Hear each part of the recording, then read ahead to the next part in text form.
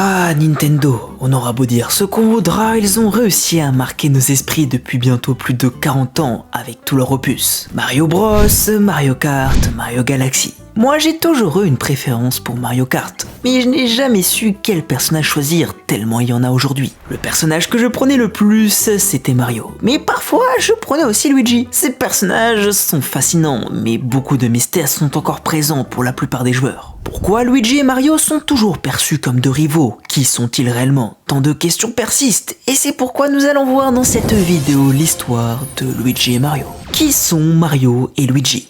Mario et Luigi sont deux personnages iconiques qui ont été conçus par notre cher Shigeru Miyamoto. Ils sont devenus les persos stars de la société de Nintendo. Aujourd'hui, tout le monde les connaît, à part si vous vivez dans une grotte en Alaska. Ils ont pour habitude d'apparaître dans de nombreux jeux, voire carrément des films maintenant. Mario voit le jour en 1981 sous cette apparition dans la toute première licence de Nintendo, Donkey Kong. Au tout début, il s'appelait Jumpman. Le nom était assez simple, j'avoue. C'est que par la suite qu'il aura été surnommé Mario. C'est d'ailleurs une référence directe à Mario Segale, le propriétaire des locaux. D'ailleurs, selon un proche de Miyamoto, le nom de Mario provient de l'abréviation marionnette, car le créateur est fan de Bunraku, autrement dit le théâtre japonais. Mario s'est rapidement devenu la mascotte de Nintendo, il ne se lâche plus du tout. Faut dire, sa barbe charismatique et son histoire fait de lui un personnage intéressant à mettre en avant. Il apparaît dans beaucoup de jeux Nintendo, surtout en tête d'affiche, voire même dans des collabs. Si tu n'apprécies pas Mario, autant te dire que ça va être compliqué pour toi. Mario a constitué un véritable engouement à en devenir une des mascottes les plus incontournables mondialement parlant. Avec sa salopette bleue, sa casquette sur laquelle est inscrit le logo M, Nintendo a su rapidement faire de Mario une icône dont tout le monde connaît l'existence. Il est à la tête d'affiche des jeux les plus vendus au monde, notamment de Super Mario Bros qui est resté 23 années consécutives comme étant le jeu le plus vendu de l'histoire du jeu vidéo. J'espère que Mario a une étagère pour remplir tous ses trophées en tout cas, il a dû en avoir besoin. Passons maintenant à Luigi, c'est notre cher italo-germanique préféré de Nintendo. Son prénom a été obtenu en référence à une pizzeria qui était proche des bureaux de Nintendo. Elle se situait dans l'état de Washington. Cette pizzeria s'appelait Mario and Luigi, ou chez Mario et Luigi en français. Luigi, lui, est apparu dans nos écrans un peu plus tard, en 1983, sur Mario Bros. Dans les faits, la réalisation de Luigi suit les pas de Mario. Même design, même apparence, avec pour seule différence le logo, la forme du visage et bien entendu sa couleur verte. À ses débuts, Luigi a souvent été perçu comme un personnage identique à Mario. C'est qu'à partir de Super Mario Bros 2 qu'on a su distinguer Mario et Luigi et le faire devenir un personnage à part entière au fil du temps. Jusqu'à même le mettre en tête d'affiche pour des licences telles que Luigi Mansion, New Super Luigi U et bien d'autres. Luigi, c'est aussi la petite frimousse maladroite des deux, même si au début on avait pensé que c'était juste un ricolore de Mario. Ouais, j'avoue, c'est un peu triste pour lui. Mais bon, au final, il a fini par devenir un personnage à part entière et profondément apprécié de la communauté. Il a beau avoir peur d'à peu près tout, ça n'empêche qu'il ne manque certainement pas de courage. Pour oser entrer dans un manoir hanté, faut en avoir du courage. Luigi est un personnage qui diffère de Mario, notamment dans son comportement qui est à l'opposé de Mario même. Mario est plus individualiste, alors que Luigi, lui, il a plus tendance à se sacrifier pour ce qu'il aime. Les premières versions de Mario et Luigi. On connaît tous aujourd'hui l'histoire classique de Mario et de Luigi. Mario était un plombier qui devait partir à la recherche de sa dulcinée, Peach, qui a été kidnappée et retenue prisonnière de Bowser. Pour la rejoindre, Mario était contraint de transpirer un peu. Il devait parcourir plein de monde, rempli d'obstacles et de monstres l'empêchant d'arriver à sa fin, sauver la princesse Peach des griffes de Bowser.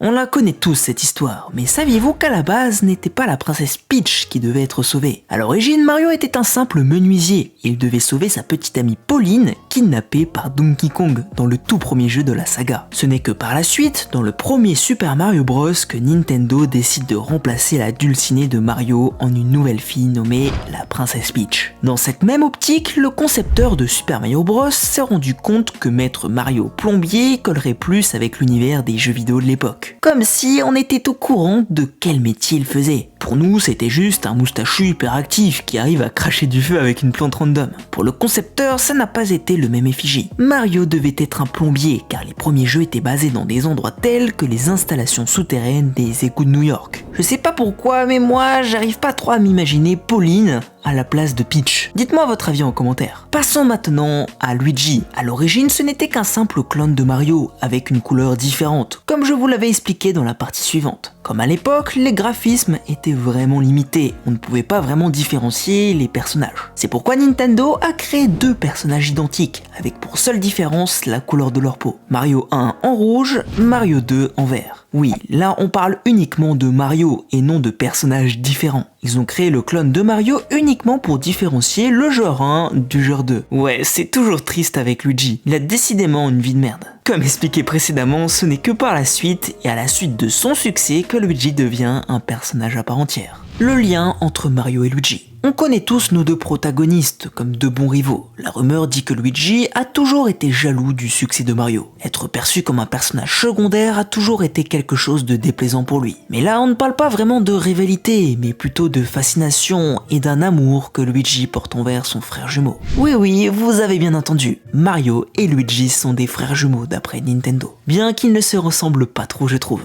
Cependant, on ne sait pas lequel des deux est le grand frère, même si quelques pistes portent à croire que c'est Mario l'aîné de la bande. On sait juste que Luigi est apparu en 1983 dans le premier Mario Bros, alors que son frère, qui à l'époque, je le rappelle, était appelé Jumpman, lui est apparu en 1981 dans un Donkey Kong, un des premiers jeux d'arcade conçus par Nintendo. Même si Luigi est perçu comme un rival de Mario, il a toujours agi dans l'intérêt de son frère. Il le dit clairement à plusieurs reprises, notamment dans son journal intime où il écrit être fier de son frère. Il ira jusqu'à parcourir un manoir hanté pour tenter de le retrouver, alors même que Luigi a toujours une peur effroyable des fantômes. Pourtant, ce n'est pas véritablement réciproque. Quand Mario accomplit quelque chose, Luigi va toujours être content pour son frère. Mais quand il s'agit de Mario envers Luigi, c'est pas la même couleur. Mario est plutôt égocentrique et veut toujours être le meilleur partout où il va. Ouais, on est d'accord, c'est tête à claque. La famille de Mario et Luigi. Pour connaître l'arbre généalogique de nos deux mascottes, tout d'abord revenons 40 ans en arrière, lors de la sortie du tout premier jeu de la chronologie nommé Yoshi Island.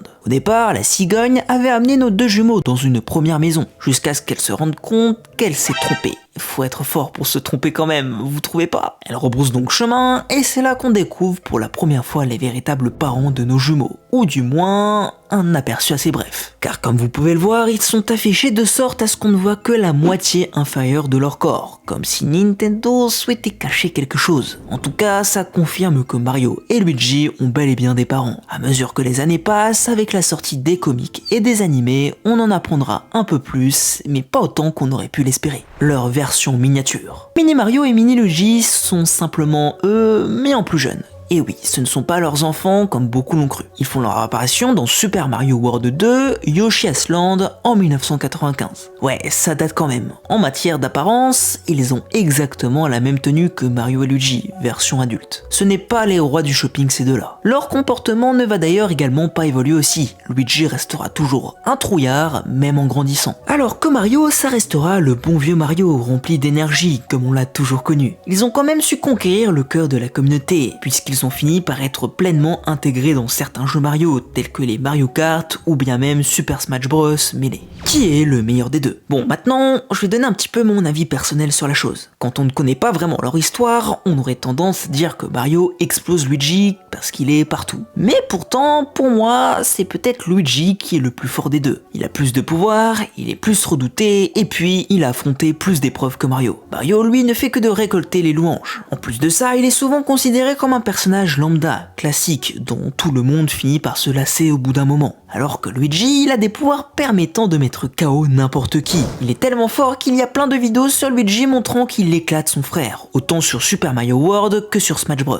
Et pourtant, ça ne s'arrête pas qu'à Mario. Luigi est redouté pour des capacités qui le rendent invulnérable. Luigi est même capable de gagner sans bouger. Oui, il a un nombre incalculable de vidéos où on voit Luigi gagner sans bouger. C'est fort quand même, non? Je sais, vous allez me dire, mais on voit plus Mario que Luigi pourtant. C'est pas faux. Au total, Mario apparaît dans plus d'une centaine de jeux vidéo, mais ça ne fait pas pour autant de lui le meilleur des deux. Tiens d'ailleurs, dites-moi en commentaire quel est votre personnage préféré parmi Luigi et Mario. Je suis sûr qu'il y aura plus de Luigi que vous ne le pensez. Sur ce, j'espère que cette vidéo vous aura plu et qu'elle aura permis d'élucider quelques mythes concernant Luigi et Mario. Si cette vidéo vous a plu, mettez un pouce bleu, on se dit qu'à 3000 likes, je referai une prochaine vidéo. Et surtout, abonnez-vous car car c'est la première vidéo sur cette chaîne YouTube. Donc si elle vous a plu et que vous ne voulez pas louper les prochaines vidéos, abonnez-vous et activez bien la cloche des notifications. Sur ce, c'était Freezy et on se dit à une prochaine vidéo.